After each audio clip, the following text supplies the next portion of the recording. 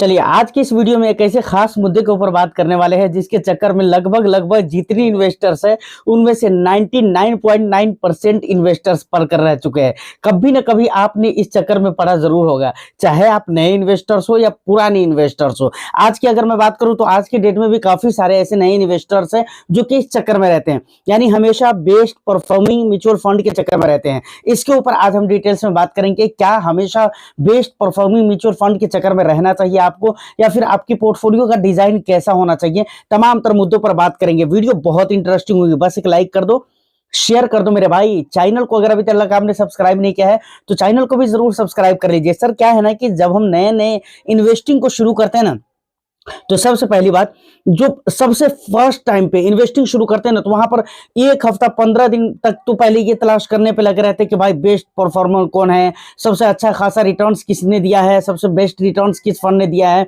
हमको उसी फंड के अंदर निवेश करना है। अच्छा, ये नए निवेशक जो होते हैं ना, पुराने को कुछ देर के लिए अलग कर दीजिए, नए जो होते हैं जो बेस्ट तलाश करते हैं ना, वो जो रिटर्न्स देखते हैं ना, वो ज्यादा दिनों का रिटर्न्स नहीं देखते, पिछले 1 ईयर 2 ईयर्स का रिटर्न्स देख लेते हैं और उनको लगता है कि भाई पिछले 1 ईयर में तो बहुत ही बेस्ट रिटर्न्स दिया है, अब यहाँ पर निवेश कर देना चाहिए। लेकिन जो पुराने इन्वेस्टर्स हैं उनको समझ में तो आ चुका होता है कि भाई जो हाल फिलहाल में 1 साल के अंदर, 6 महीने के अंदर, 3 महीने के अंदर जो रिटर्न्स दिया ये बहुत ज्यादा इंपॉर्टेंट नहीं होते। लेकिन जो नए निवेशक है उनको लगता है कि ये बहुत ज्यादा इंपॉर्टेंट है और बहुत अच्छा रिटर्न्स दिया है और इस फंड के अंदर हमें पैसे डालना चाहिए। कुछ दिनों के बाद उस फंड का परफॉर्म खराब होने लगता है और बाद में जाकर वो फिर किसी नए फंड की तलाश में लग जाते हैं, जबकि ऐसा आपको नहीं करना चाहिए। एक बात तो आप मानकर चले, नॉर्मल फंड की मैं बात कर रहा हूं, सेक्टरल फंड के ऊपर अभी हम आ रहे हैं। नॉर्मल फंड की मैं बात करता हूं, कोई एक फंड है जो कि large cap, mid cap, small cap, normal fund का मतलब है large cap, mid cap, small cap, flexi cap, multi cap, इस तरह की जो कैटेगरी है, इन कैटेगरीज के जो फंड है उनकी मैं बात कर रहा हूं। कोई एक फंड है जो बहुत लंबे समय तक बहुत अच्छा नहीं कर सकता, शायद ही कोई ऐसा फंड निकल जाता है जो बहुत लंबे समय तक के बहुत अच्छा करता है और रेगुलर एक फॉर्म उनका बना हुआ रहता है कि भाई बेस्ट रिटर्न्स वो देता रहता है कुछ फंड्स अभी भी हैं। लेकिन लोग क्या करते हैं ना कि शॉर्ट ड्यूरेशन का रिटर्न्स देकर कहीं पर भी निवेश कर देते हैं।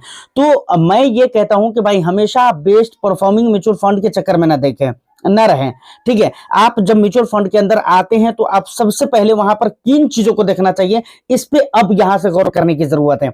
सबसे पहले आपको परफॉर्म देखना जरूर चाहिए, मतलब रिटर्न्स आपको देखना जरूर चाहिए, कैसा परफॉर्म करा ये देखना जरूर चाहिए। लेकिन हमारे को लॉन्ग ड्यूरेशन का परफॉर्म देखना चाहिए मेरे भाई। शॉर्ट ड्यूरेशन का देखकर क्या करोगे? शॉर्ट ड्यूरेशन में आप थोड़ी आए हो शॉर्ट ड्यूरेशन के लिए, आप शॉर्ट ड्यूरेशन का परफॉर्म देख रहे हैं, तो लॉन्ग ड्यूरेशन का परफॉर्म आपको देखना चाहिए। परफॉर्म में आप क्या क्या देखना चाहिए? आपको ये देखना चाहिए कि ये फंड जो है ये जिस भी इंडेक्स को, कोई ना कोई इंडेक्स होगा, मान कर चलो एक स्मॉल कैप है, कोई सा भी XYZ, कोई सा भी स्मॉल कैप है, अब वो किसी न किसी इंडेक्स को फॉलो जरूर कर रहा होगा, चाहे वो निफ्टी स्मॉल कैप हो या स्मॉल कैप 100 हो या स्मॉल कैप 250 हो, ऐसा कुछ भी एक इंडेक्स होगा जिसको फॉलो कर रहा होगा। तो आपको कंपेयर करके देखना है, मतलब इंडेक्स का रिटर्न्स कैसा रहा है, उस फंड का रिटर्न्स कैसा रहा है। आफ्टर दैट आपको देखना है कि अगर इसने इंडेक्स को बीट कर दिया है, इंडेक्स के रिटर्न्स को बीट कर दिया है, देन आपको अब ये देखना है कि भाई इसने अपने जो सेम कैटेगरी के दूसरे फंड्स हैं उनके रिटर्न्स को बीट करा या नहीं करा। और ये सारी चीजों को कब देखना है, कैसे देखना है? लॉन्ग ड्यूरेशन के हिसाब से देखना है, लॉन्ग ड्यूरेशन के एंगल से देखना है। ऐसा नहीं कि भाई पिछले 1 ईयर में इसने बीट कर दिया है तो ठीक है, अपने पेयर्स को बीट कर दिया है, अपने बेंचमार्क इंडेक्स को बीट कर दिया है और 1 ईयर में बीट किया है, तो ऐसा कुछ खास नहीं है। अगर वो 1 ईयर 2 ईयर में बीट करता भी है, लेकिन अगर आपको ऐसा लगता है कि 3 ईयर 5 ईयर्स या फिर उससे लॉन्ग ड्यूरेशन का जो टाइम पीरियड है उसमें बीट नहीं कर रहा है, तो फिर उस फंड को मत लो। शॉर्ट ड्यूरेशन में अगरचे उसके रिटर्न्स अच्छे दिख रहे हों, ठीक है, ये बातें क्लियर हो गई, तो आपको समझ में आ गया। प्लस आपको और भी बहुत सारे देखने वाले, बहुत सारी चीजों को भी देखते हैं। उसके अलावा एक्सपेंस रेशियो आपको देखना चाहिए, एग्जिट लोड आपको देखना चाहिए, टैक्सेशन वगैरह का जो भी मामला है, खैर ये सब देखने की जरूरत नहीं टैक्स वगैरह का, क्योंकि इक्विटी में कहीं पर भी किसी भी स्कीम के अंदर आप निवेश करो, टैक्स आपको वो देना ही पड़ेगा जो वहां पर लागू है। ठीक है, अगर ELSS फंड है तो वहां पर टैक्स रहता ही नहीं, वहां पर आप टैक्स सेव कर सकते हो गवर्नमेंट के रूल्स के अकॉर्डिंग, तो वो एक अलग चीज है। ठीक है, बाकी टैक्स आपको उस हिसाब किताब से देना ही है जो आपको इक्विटी में रहता है। चाहे आप किसी भी फंड के अंदर, किसी भी कैटेगरी के किसी भी फंड के अंदर निवेश करो इक्विटी के अंदर, ठीक है। तो ये बेस्ट परफॉर्मिंग म्यूचुअल फंड के चक्कर में हमेशा आपको नहीं पड़ना है। एक नॉर्मल पोर्टफोलियो बनाना है जिसमें नॉर्मल फंड्स आपके होने चाहिए जो बेस्ट बेस्ट हो, अच्छे अच्छे हो, ठीक है। हमेशा बेस्ट के चक्कर में आपको नहीं पड़े रहना चाहिए। और बेस्ट कौन सा है? जो लॉन्ग ड्यूरेशन में अच्छा परफॉर्म कर रहा हो, जिसके ट्रैक रिकॉर्ड है, जिसके एक्सपेंस ठीक ठाक हो, जिसके परफॉर्म ठीक ठाक हो, जिन्होंने सारी चीजों को बीट कर दिया हो, बस उसे हम कहते हैं बेस्ट म्यूचुअल फंड, ठीक है। हमेशा आप एक रिटर्न्स की वजह से आप भाग रहे हो कि भाई जिसने रिटर्न्स दिया वही बेस्ट है, ऐसा नहीं है, ठीक है ना। क्योंकि ऐसे कई सारे पास्ट में एग्जाम्पल हैं। फ्रैंकलिन का फंड निकला था, बहुत अच्छा परफॉर्म किया था, बाद में उसमें जो है ना फ्रंट रनिंग का केस आ गया। उसके बाद आपको शायद पता है या नहीं, ये पता है, बहुत सारे लोगों को पता नहीं होगा, लेकिन एक्सिस म्यूचुअल फंड के ऊपर भी फ्रंट रनिंग का केस लगा हुआ था। एक समय ऐसा था जबकि front axis mutual fund top 3 या टॉप 5 में आता था, ठीक है ना, परफॉर्म के मामले में, मतलब टॉप म्यूचुअल फंड के अंदर आता था। लेकिन आज के डेट में वो परफॉर्म नहीं है, उस तरह का रिटर्न्स नहीं है जो उन्होंने उस टाइम पर, मतलब फ्रंट रनिंग के केस होने से पहले दिया था।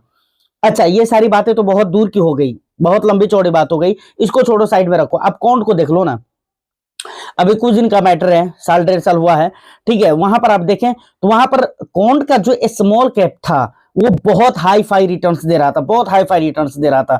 लेकिन बाद में भाई साहब जब गिरना स्टार्ट हुआ तो बहुत ज्यादा गिरा, बहुत बुरा सत्यानाश पिटा। एक टाइम ऐसा था कि कॉन्ट का नाम सुनते ही, खास तौर से कॉन्ट के सारे स्कीम अच्छे परफॉर्म करते थे, लेकिन कॉन्ट स्मॉल कैप की अगर बात करें तो वहां पर उसका परफॉर्म बहुत अमेजिंग था, लेकिन अभी नहीं है। तो ये सारी चीजें होती रहती हैं। अब नॉर्मल पोर्टफोलियो आपको बनाना है जिसके साथ आपको इन्वेस्टेड रहना है। अब आते हैं सेक्टरल फंड के ऊपर और मोमेंटम फंड के ऊपर। देखिए, सेक्टरल फंड के अंदर आप ये चीज कर सकते हैं कि साल 2 साल 3 साल तक के बने रहे, उसके बाद आप चेंज कर सकते हैं। मैं ये कहता हूं, मानकर चलिए कोई ऐसा पार्टिकुलर एक सेक्टर है जिसके अंदर बहुत ही ज्यादा तेजी है, एफएमसीजी में ले लेता हूं या फिर मैं आईटी ले लेता हूं, कोई सा भी एक आप ले लो एग्जाम्पल के लिए।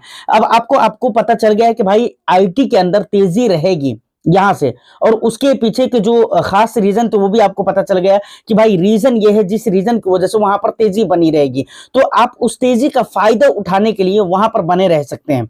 और जब वहां पर नरमी आ जाए, क्योंकि सेक्टर रोटेशन होता रहता है, किसी न किसी रीजन से सेक्टर रोटेट होता रहता है, तो हो सकता है कि सेक्टर रोटेशन हो या कुछ खास रीजन हो उस सेक्टर के साथ, जिसकी वजह से हो सकता है कि अब वहां पर डाउनफॉल आ गया है, तो वहां पर आप साइड हो सकते हैं, वहां पर आप बेस्ट सेक्टर फंड के चक्कर में पड़ सकते हैं। लेकिन इसका यह मतलब बिल्कुल नहीं है कि आप 3 महीने 2 महीने 1 महीने 1.5 महीने 6 महीने पे आप बेस्ट सेक्टर फंड के पीछे पड़े, नहीं।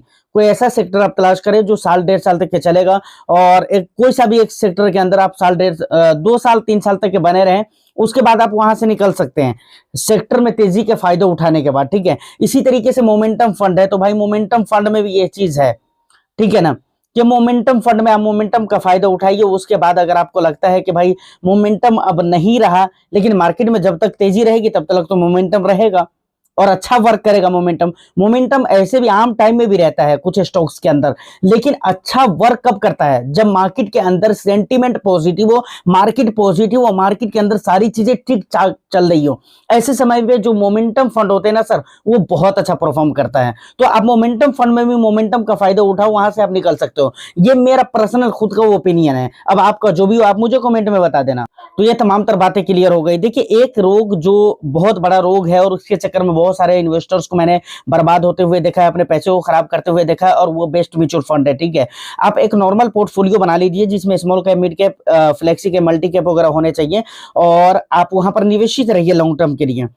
जो लोग बराबर बेस्ट के चक्कर में कुछ ना कुछ चेंजेस करते रहते हैं, लॉन्ग ड्यूरेशन में 10 साल बाद 5 साल बाद आप देखेंगे कि भाई उनके रिटर्न्स कम होंगे, बल्कि वो कहीं पर घाटा भी लगवा चुके होंगे, नुकसान भी करवा चुके होंगे, लेकिन आपके पोर्टफोलियो में जो रिटर्न्स होंगे वो बेटर शो होंगे। ये मैं आपको बता रहा हूँ। फाइनली 2 पॉइंट थे जिसके ऊपर मैंने बहुत ही डिटेल्स में बात किया है, बहुत ही डिटेल्स में बात करके दिखलाया है। मैंने इससे पहले की एक वीडियो में बताया हुआ था कि स्मॉल कैप और मिड कैप में दो मतलब इन दोनों कैटेगरी में 2 फंड मैंने बताया हुआ था कि ये दोनों फंड बेस्ट है।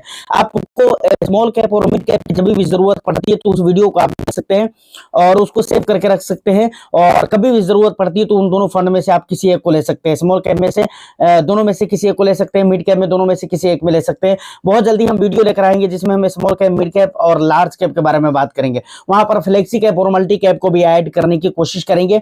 अगर गुंजाइश रही तो। वीडियो की लेंथ बहुत बड़ी नहीं होनी चाहिए, ठीक है। बहुत जल्दी इसके ऊपर भी वीडियो आएगी।